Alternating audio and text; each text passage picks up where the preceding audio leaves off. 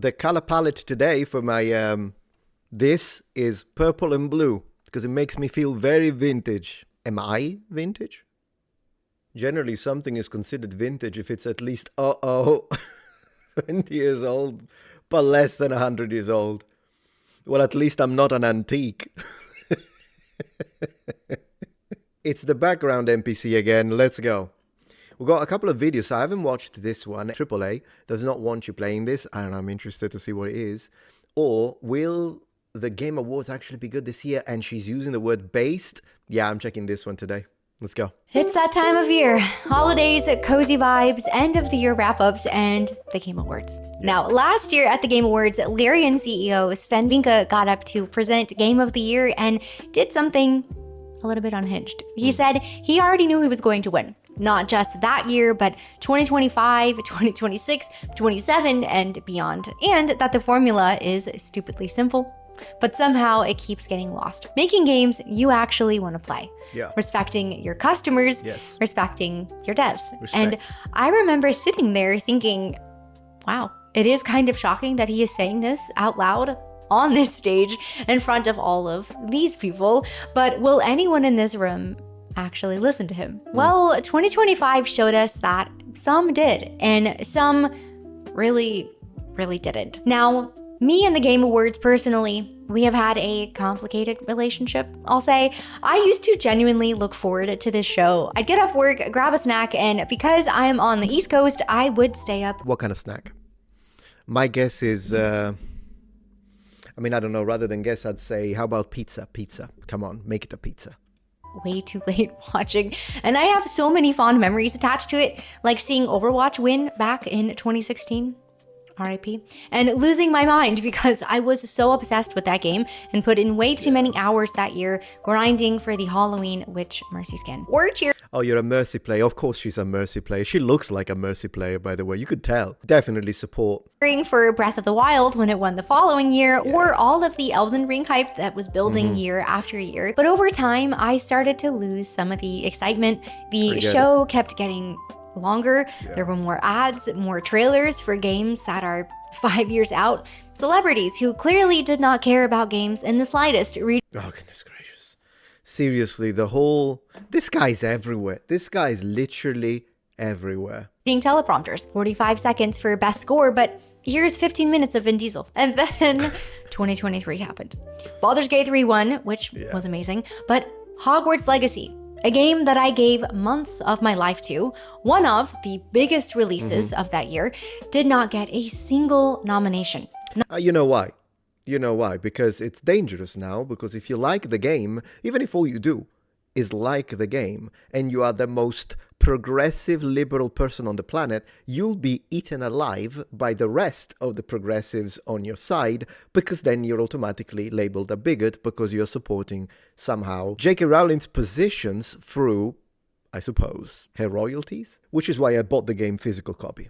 Not one mention. And that is when I realized, oh, yeah. Okay. Who is this show really for? So exactly. I kind of checked out at that point. But this year, I am actually paying attention again. Now, I've seen a running joke on social media of people calling the awards this year the Expedition 33 Awards. Well, and yes. I will say, it is really exciting that a debut game from a tiny French studio just got more nominations than any game in the show's history. 3 out of the 6 GOTY nominees are indie or small team games. And I keep thinking about what Sven said on that stage last year, and I think he might have actually called it. So that's kind of what I want to dig into. The games that flopped this year, the games that came out of nowhere and dominated, and what this year's nominees hopefully actually tell us about where gaming is headed. Okay, so I personally think where gaming is headed is the simple fact that the linear evolutionary progression from the actual main core gaming industries and how games were back in the 80s and 90s and now is not AAA. AAA is a spin-off. The linear progression is indie studios, because indie games and indie game developers, they don't have monumental budgets. Neither did the studios in the 80s and 90s, not like GTA 5 type of budgets. Also, they're all about the craftsmanship. They're all about, I need to make a game that is original and just good so that it will stand up from the crowd. That's indie. AAA, it's just a monumental budget. It's a hole that is used to push political propaganda these days, while at the same time being based not on originality, but on what is the most addictive and, in fact, financially addictive system that can exploit the gamer's base. That's what it is. Microtransaction, loot boxes, and that kind of stuff. Before we get into all the nominees themselves, what has been going on in the industry as a whole? It has really been going through it the past few years. Yeah. Tens of thousands of people have lost their jobs since 2022. Studios just gone, teams scattered, games losing millions of dollars. Yes. And every time it happens, it is more of the same type of press release strategy.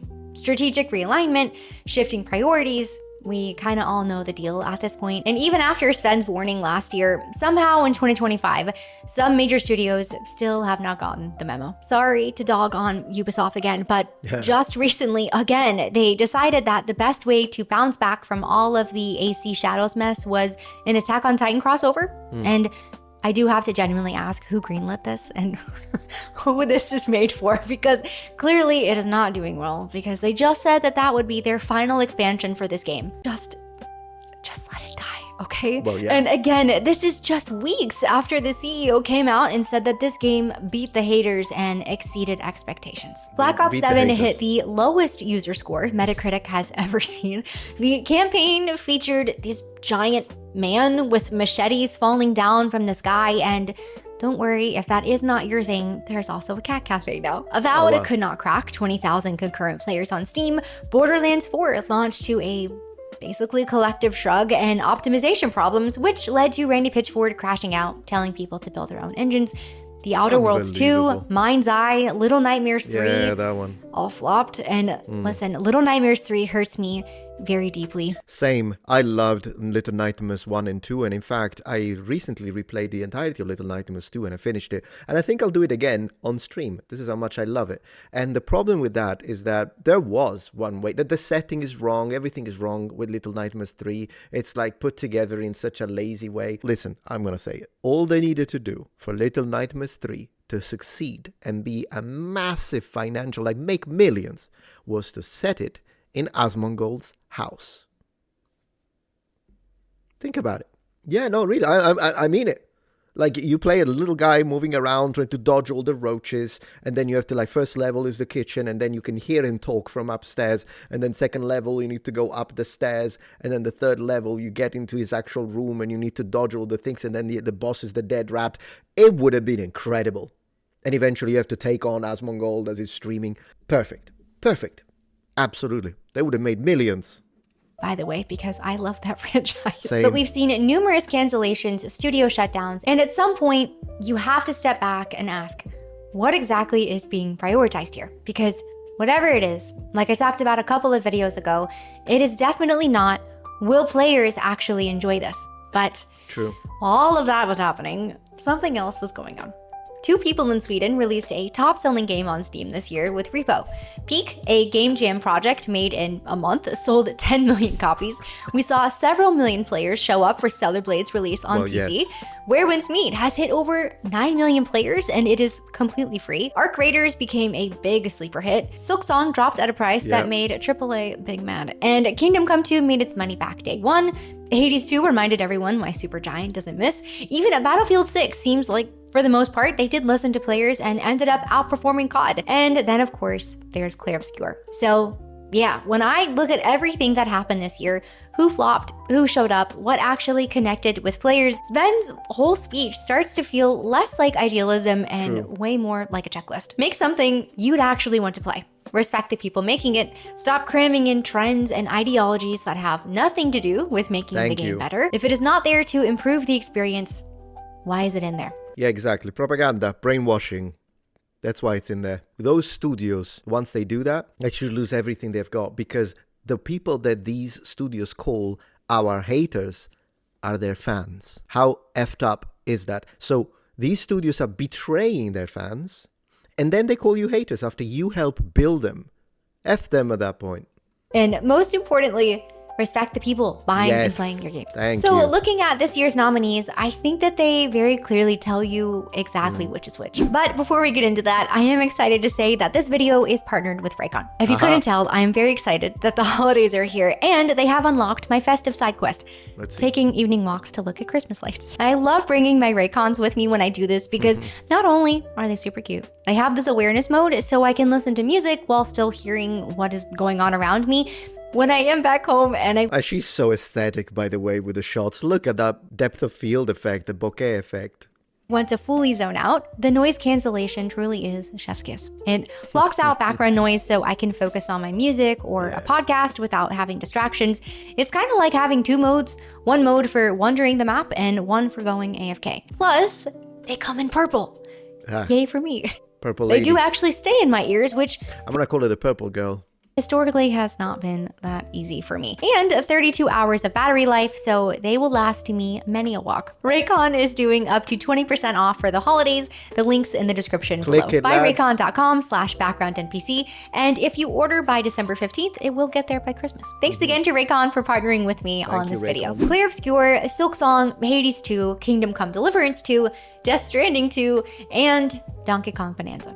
3 out of these 6 are indie or small team games, and the most nominated game in the show's history is a debut title. Looking at this compared to lineups from a few years ago, it feels very different. But before we talk about who is in, let us talk about who isn't. Can you imagine that? Like, how it must feel for the AAA big suits.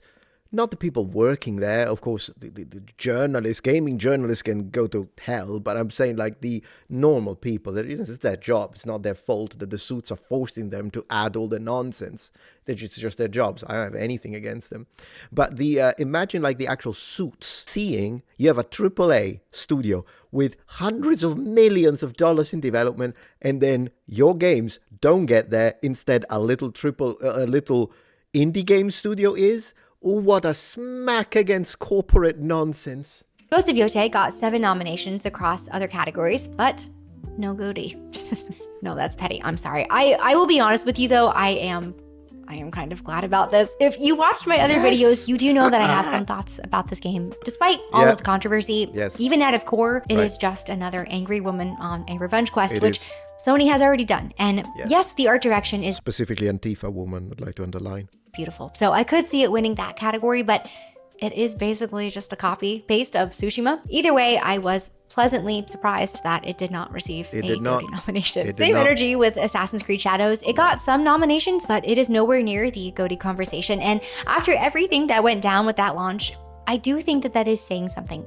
Yeah, it is saying that if you had done Assassin's Creed Congo and you would have put a black character, it probably would have been. But you had to do this. And that's why you got what you got.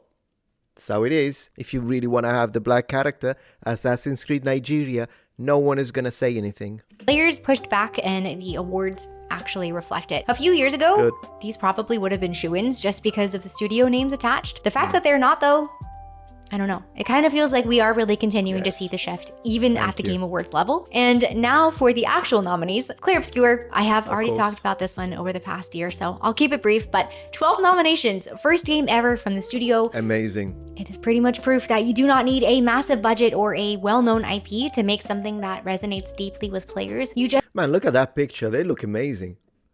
They look like really cool people. How did they even do it? Very talented.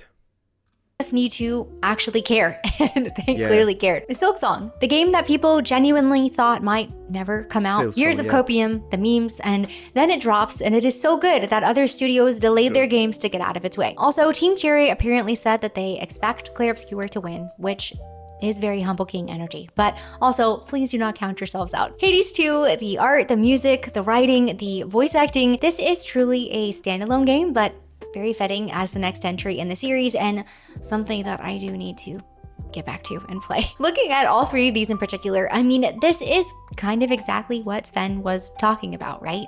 Small teams, passion projects, games that shipped, finished, and trusted players to show up. And they did. Even Kingdom Come 2, the first game was such a very unique and specific vision. Czech developers telling their own history with this obsessive level of detail, and there is obviously an audience for games that commit to that type of RPG. Death Stranding 2. Okay, I have never really been a Kojima girly, I will be honest with you. Same. Everything I know about the Strand type games have been learned mostly I guess I've never been a Kojima girly. Who would have guessed? against my will, but I have grown to become way more interested in this series over the years, and my queen, Elle Fanning, is in it, which definitely does not hurt. So maybe this is the one that finally converts me when it comes to PC. We shall see. And then, of course, there's Donkey Kong. And as someone who did used to be a massive Nintendo fan, I won't sit here and say that they don't know how to make a banger first-party game. Of course they do. And I will not let my personal beef with them detract from that. But on this note, I just saw that Metroid Prime 4 came out after years and years of development. And between watching some pretty cringeworthy cutscenes on social media, I also learned that there is somehow a desert with zero music. You are just riding around on your bike in silence, unless you purchase a physical amiibo. Then you can listen to music. Nintendo made... Oh no. Oh my gosh, Nintendo, what on earth? You've got to be joking. You only have like 5 bullets, and then when you run out of bullets, you need to reload $5. $4.99. made background music a microtransaction in 2025. Unbelievable. Which, come on, that is just the most Nintendo thing that they could have done at this point. Anyway, if you did play Donkey Kong, please let me know what you think and if it deserves the spot, because genuinely, I do not know. It just feels like Nintendo always has something in the GOTY lineup, like it is some kind of unwritten rule for them. But this year, with everything that we have been talking about, here is the big question. Did the industry at large learn anything? And if they did, I think will we so. continue to see this shift into 2026 and beyond? Honestly, Hopefully. I think the answer is sort of. The layoffs have not stopped. There will probably be more studio closure announcements in the near future. I'm sure some executive somewhere is definitely looking at Clear Obscure's success from this past year, trying to figure out how to replicate it without actually doing any of the 100%. hard parts. Here is what I do keep coming back to. This year, the games that showed up, that actually connected with players, that performed well, they were not always the ones with the biggest budgets or the flashiest marketing. They were the ones that felt like someone genuinely wanted to make them, and players noticed. Now that has to mean something, I think, because 2 years ago, Sven stood up on that stage and basically said, here's the formula, it is not that complicated, please just do this. And this year's nominees feel like the first real answer to who actually was listening. We have 3 indie or small team games in the Game of the Year lineup, including the most nominated game in history, which is a debut title from a 30-person studio in France. So, Unbelievable. who do I want to win this year? Clear Obscure. Same. 100%. And I know, that is not original or unique by any means, but it is not just because I loved that game, it is because of what it would mean. Some big AAA company somewhere watching a tiny French studio take home Game of the Year, having to explain to a boardroom why the passion project beat the franchise sequel. That hopefully sends a very strong message. Silksong winning would be great. I think even Hades 2 would be pretty. Yeah, I would say at number 2, I would put Hollow Knight, Silk Song, probably. I am not a fan of Death Stranding. I tried to get into it to see like what the hype was all about. I just get bored. I understand that for some people it resonates really well, and if you love it, then good for you. But it's just not for me. Great. Any of those 3 I would be okay with. Unless Donkey Kong wins, then I will have some questions for Nintendo and for whoever voted for it. But as for what we're taking into 2026, I am pretty excited. We have got Resident Evil 9 and Neo 3 coming up. Crimson Desert, which is a gorgeous open world and has been in development for forever. Slay the Spire 2 for everyone who did lose hundreds of hours to the first one. And of course, GTA 6 if it ever releases. But I think before they can release GTA 6, they need to figure out that the whole situation with the pride parades and LGBT representation, because in a game like GTA 6, you know the kind of videos that are going to pop up. So what are they going to do about that? One I really keep thinking about and I'm really excited for is Tides of Annihilation. It is from a Chinese studio called Eclipse Glow and is their very first game. Kind of Devil May Cry and maybe a little bit Final Fantasy inspired combat. It's got Arthurian legend setting and a beautiful female character voiced by none other than Jennifer English. Wow. Another debut title from an Eastern dev getting massive attention before it's even out. Wow, a game with a beautiful girl in it? Those are becoming rarer and rarer, aren't they? Does that sound familiar? I don't know if 2026 will keep this momentum going. Hopefully. Maybe it will. I hope. Maybe some of these will disappoint and we will be right back to complaining about the state of things. But right now, there are a lot of games on the horizon that feel like people actually wanted to make them, like the good old days. And that is more than we could say some of these past few years. Like I've said in previous videos, tell me about the good old days. Players have so many options now. Some really good ones, and honestly good for us for not being afraid to walk away from stuff that does not respect our time and money. Exactly. And that is the leverage that we did not always used to have, which brings me back to where I started with this. Me and the Game Awards. Checking out after a few years of feeling like it wasn't really for me anymore, but this year, I am excited and I will be watching. Grabbing the food, getting cozy, staying up too late, the whole entire thing. Because for the first time in a while, more of the right games and the right developers are succeeding in a big way. And I am very excited to celebrate them and celebrate what their successes hopefully mean for the industry moving forward. If you made it to the end of this video, thank you so much. Will you be watching the show? Let me know in the comments below. And also let me know who your Game of the Year pick is. Thanks again. Definitely Expedition 33. Anyways, thank you very much, Background NPC. And you'll find a link in the description and in the pinned comment. Go subscribe, check our channel, give it a comment and a like. And as always, thank you very much for watching.